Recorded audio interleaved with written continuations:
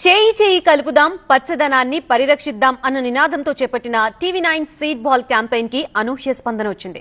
ఈ seed ball campaign లో విద్యార్థులు, యువకులు ఉత్సాహంగా పాల్గొన్నారు. టీవీ9 సిఎస్ఏ కలిసి చేపట్టిన ఈ కార్యక్రమాన్ని ప్రోత్సహిస్తూ తెలంగాణ ప్రభుత్వం అభినందనలు తెలిపింది.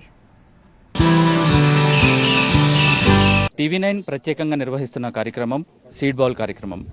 సీడ్ బాల్ కార్యక్రమంలో ఈ బంకమట్టి, ఎరువులు, విత్తనాలు కలిపి ఒక బాల్స్ని తయారు చేసి ఎక్కడైతే ఓపెన్ ప్లేస్ ఉంటుందో అక్కడ వీటిని చేయటం వల్ల ఇందులో ఉన్న బంకమట్టిలో ఉన్న తేమ వల్ల వర్షం పడేంత వరకు ఆ విత్తనానికి కావాల్సిన బలం చేకూరుస్తుంది. వర్షం పడ్డప్పుడు వాతావరణాన్ని బట్టి మొక్కలు మొలుస్తాయి. మంత్రి కొండా సురేఖ ప్రత్యేకంగా కార్యక్రమానికి వచ్చారు. మేడంతో మాట్లాడదాం. మేడం, యాజ్ ఎ మినిస్టర్గా పర్యావరణము, మొక్కలు నాటడము, వన మహోత్సవం కార్యక్రమం ఈ ప్రభుత్వం ఎలా తీసుకెళ్తుంది? ఈ కార్యక్రమం ఎలా ఉంది? చాలా హ్యాపీగా ఉందండి. ఎందుకు అనంటే ఫారెస్ట్ డిపార్ట్మెంట్ ఏదైతే చేయాలో అది ఈరోజు ఒక టీవీ9 మీ ఇన్స్టిట్యూట్ నుంచి చేయడం అనేది చాలా హ్యాపీగా ఉంది. నేను మా వాళ్ళకి మీటింగ్ పెట్టినప్పుడు వన మహోత్సవం ఇది చెప్పాను, కానీ వాళ్ళు ప్రిపేర్ అవ్వలేదు. నెక్స్ట్ ఇయర్ మేము కూడా ప్రిపేర్ అవుతాం. ఎందుకంటే దీంతో చాలా లాభాలు ఉన్నాయి. మనం మామూలుగా మొక్క నాటి రక్షించడం కంటే కూడా ఈ విధంగా చేయడం వల్ల ఇందులో ఉన్న ప్రతి విత్తనం కూడా మొలకెత్తుతుంది. ప్లస్ మనం దీంట్లో పెట్టేటువంటి ఎరువు వల్ల భూమికి కూడా సారవంతమైనటువంటి బలాన్ని ఇచ్చేటువంటి అవకాశం ఉంటుంది. ఎప్పుడు వర్షం పడ్డా కూడా అప్పుడు మనకి ఈ వర్షాకాలమే ఇది మొలవాలనేది లేదు. మామూలు అప్పుడు పెట్టినా కూడా వర్షాలు పడ్డప్పుడు ఆటోమేటిక్గా ఇందులో ఉన్నటువంటి విత్తనాలు ఇది మట్టి ఓపెన్ అవ్వడము, ఈ విత్తనాలు మొలకెత్తడము జరుగుతుంది. ఇవి చనిపోతాయి అనేటువంటి బాధ కూడా ఉండదు. మనం ఒకవేళ విత్తనాలు బయట వేస్తే ఏమవుతుంది, పక్షులు అటువంటివి తినడం వలన మనం వేసిన విత్తనాలన్నీ కూడా వృధా అయ్యేటువంటి అవకాశం ఉంటుంది. దీనివల్ల ఏమవుతుందంటే 100% మనకు ప్లాంటేషన్ అనేది వస్తుంది. రావడం వల్ల ఎక్కడైతే మనకు అంటే మధ్య మధ్యలో బ్లాక్స్ కొన్ని ఓపెన్ ఉంటాయి ప్లాంటేషన్ మనకు అడవులలో, అట్లాంటి బ్లాక్స్లలో ఇవి వేసినప్పుడు మనం టోటల్గా ఫారెస్ట్ని మొత్తం థిక్నెస్గా చేసేటువంటి అవకాశం ఉంటుంది. కాబట్టి టీవీ9 వాళ్ళకు చాలా ధన్యవాదాలు ఈ కార్యక్రమం తీసుకున్నందుకు. యాజ్ ఎ మినిస్టర్గా ఫారెస్ట్రీ డిపార్ట్మెంట్ మీ హ్యాండ్ ఓవర్లో ఉంది కాబట్టి వచ్చే భవిష్యత్తు కాలంలో ఈ అడవుల పరిరక్షణకు, అడవులను పెంచడానికి, వన మహోత్సవం కార్యక్రమం ఉధృతంగా తీసుకెళ్ళడానికి ఎటువంటి ప్రణాళికలు ఉండబోతున్నాయి? 100% అంటే మీలాంటి వాళ్ళే కాకుండా మామూలుగా ఆర్గనైజేషన్స్ ఉంటాయి, ఏదైతే వాలంటరీ ఆర్గనైజేషన్స్ కానీ ఎవరినైనా కూడా మేము ఇందులో ఇన్వాల్వ్ చేస్తామండి. మేము అన్ని డిపార్ట్మెంట్స్కి కూడా మేము టార్గెట్స్ పెడతాము. ప్రతి డిపార్ట్మెంట్ టార్గెట్ కూడా వాళ్ళు రీచ్ అవ్వాల్సిన అవసరం ఉన్నది. ఇప్పటికే మేము అందరికీ కూడా మాకు ఏవైతే లింక్డ్ కొన్ని ఉంటాయి, మున్సిపాలిటీ ఉంటుంది, R&B ఉంటుంది, పంచాయతీ రాజ్ ఉంటుంది, ఇట్లాంటివి కొన్ని డిపార్ట్మెంట్స్ ఉంటాయి, వాళ్ళకి మేము టార్గెట్ పెడతాం. ఈసారి 18 కోట్ల మొక్కలు పెట్టాలని లక్ష్యంగా పెట్టుకున్నాము. లాస్ట్ టైం 95% మేము రీచ్ అయ్యాము. ఈసారి 100% కూడా రీచ్ అవ్వడానికి మేము ప్రయత్నం చేస్తా ఉన్నాం. వన మహోత్సవం అనేది మున్షీ గారు ఎప్పుడైతే ఇందిరాగాంధీ గారు ప్రధానమంత్రిగా ఉన్నప్పుడు, ఆయన ఫారెస్ట్ మినిస్టర్గా ఉన్నప్పుడు ఆయన మొదలుపెట్టిన కార్యక్రమం 75 వసంతాలు కూడా పూర్తి చేసుకున్నాం మనం ఈ మధ్య కాలంలోనే.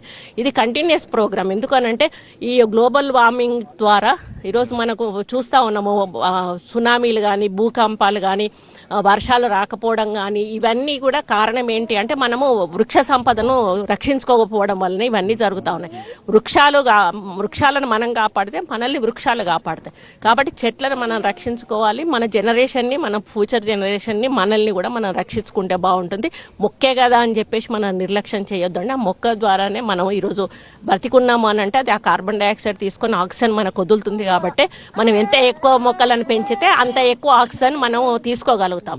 ఒక పక్క మొక్కలు పెంచినా కూడా పొల్యూషన్ని మనం తగ్గించుకోకపోయినా కూడా మనకు లాభం లేదు. కాబట్టి దాన్ని కూడా కాపాడుకోవాల్సిన బాధ్యత ఉంది. దాని మీద కూడా అదే ఎన్విరాన్మెంట్ మినిస్టర్గా వాటి మీద కూడా మేము దృష్టి సారిస్తూ ఉన్నాము. కంపెనీలకు కానీ, ఇండస్ట్రీస్కి కానీ వాళ్ళకి మేము ఎప్పటికప్పుడు నోటీసులు ఇచ్చి ఏవైతే మన పొల్యూటెడ్గా ఉన్నాయో వాళ్ళకు మళ్ళీ సెట్ చేసుకోమని చెప్తా ఉన్నాం. మ్యాక్సిమం ఈరోజు ఏదైతే పటాన్ చెరువు ఏరియా సైడ్ ఉన్న వాటి అన్నిటిని కూడా బయటకు షిఫ్ట్ చేయాల్సిన అవసరం ఉన్నది.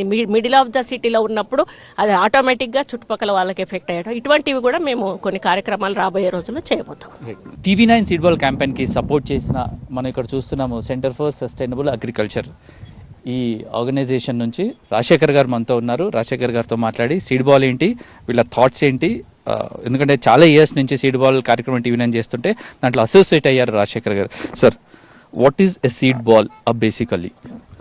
ఏమేమి ఉంటాయి అందులో? అంటే టెక్నికల్గా ఏమేమి ఉంటాయి? ఏదో ఒక మట్టి తీసి నీళ్లతో కలిపి విత్తనం పెట్టడం కాదు, దాని వెనకాల ఒక చిన్న ఫార్ములా ఉంటుంది, ఒక చిన్న సైన్స్ ఉంటుంది. What is that?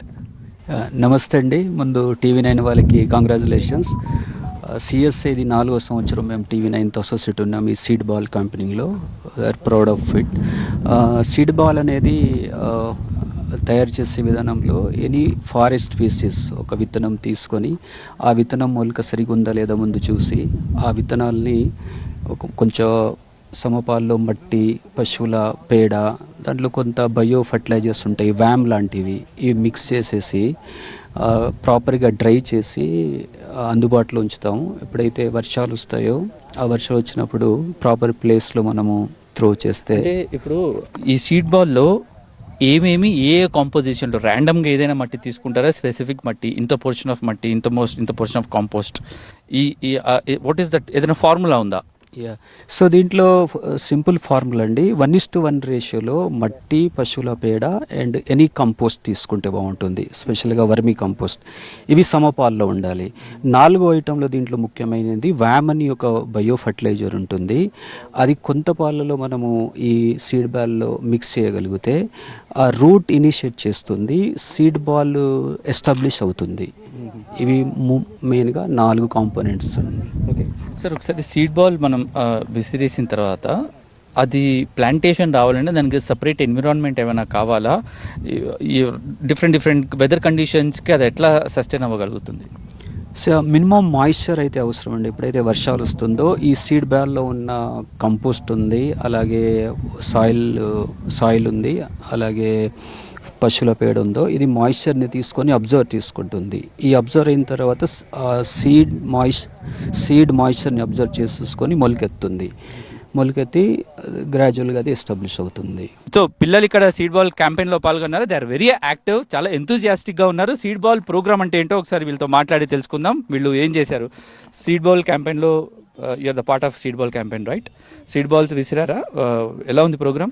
Seed ball, also known as seed bombs or earth balls, is a method of mixing seed with clay, soil, compost and even other materials. Seed balls act as a protective shield for seed which help them to germinate. Seed ball also protect them from harsh climates, pests and soil erosion. Seed ball is an ancient method of planting trees which is very simple and easy. Thank you. Seed ball is a ball made up of 60% of soil, 30% of compost, and then we add seeds and then we make a ball.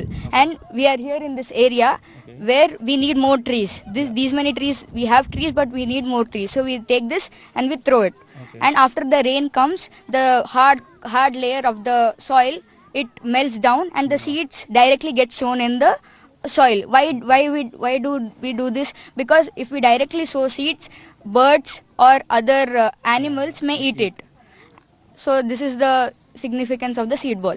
And Telangana government has initiated one Mahotsav in which we have to plant more and more trees to make Telangana green. Seed బాల్ని first మనం బంకమట్టి ఉంటుంది, దాన్ని ఒక ball లాగా చేసుకోవాలి. Ball లాగా చేసిన తర్వాత ఒక 2 to 3 సీడ్స్ దాంట్లో పెట్టాలి సార్. దాంట్లో పెట్టిన తర్వాత ఇలాంటి ప్లేసెస్లో మనం చాలామందికి ఇట్లా సీడ్ని సో చేయమంటే చాలామందికి నచ్చదు. ఇట్లా బాల్స్ వేసి ఇసిరేస్తుంటే చాలామందికి యాక్టివ్గా, అంటే చాలామంది ఇసిరేయడానికి ఇష్టపడతారు సార్. అందులో మనం ఇలా చేసినప్పుడు వాళ్ళు ఇసిరేసినప్పుడు అవి అక్కడ పడి వర్షం పడ్డప్పుడు మెల్ట్ అయిపోయి సీడ్ అవుతుంది. అది లేదు మనం సీడ్ మామూలుగా పెడితే పక్షులు కూడా వచ్చి తినవచ్చు. ఇట్లా ఇసిరేయడం వల్ల స్టూడెంట్స్కి చాలా ఫన్ ఉంటుంది, యాక్టివ్గా ఉంటారు, ఇసిరేస్తారు.